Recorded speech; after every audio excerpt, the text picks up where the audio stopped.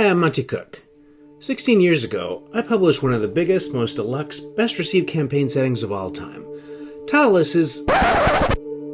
You can read all about Ptolus on the Kickstarter page.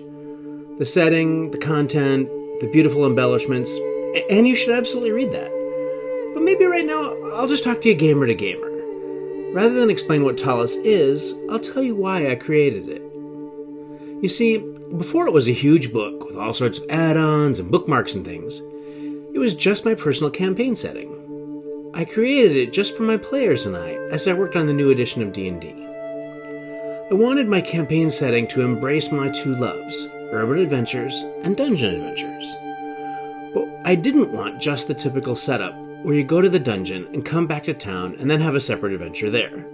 I wanted to interweave those two concepts tightly, so the PCs could go back and forth between the two easily and frequently, and so I could create adventures that involved both. I wanted to do something that captured the very essence of the genre.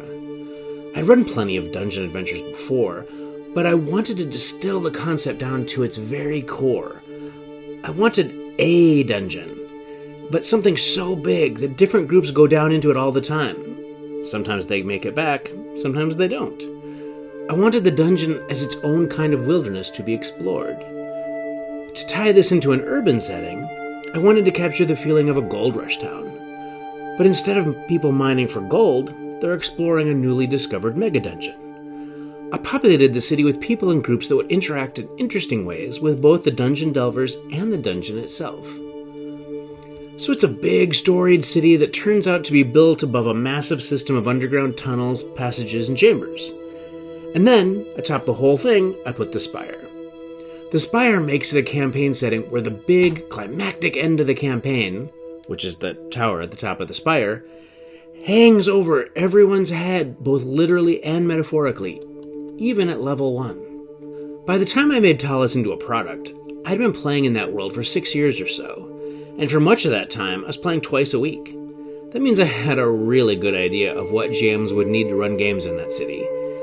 I knew what the players would look for and need.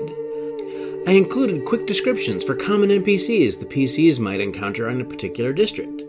I created page references in the margins so that when a character, group, item, or location is mentioned, you know immediately where you can find more information on that. I created diagrams that show how the various organizations in the city interrelate.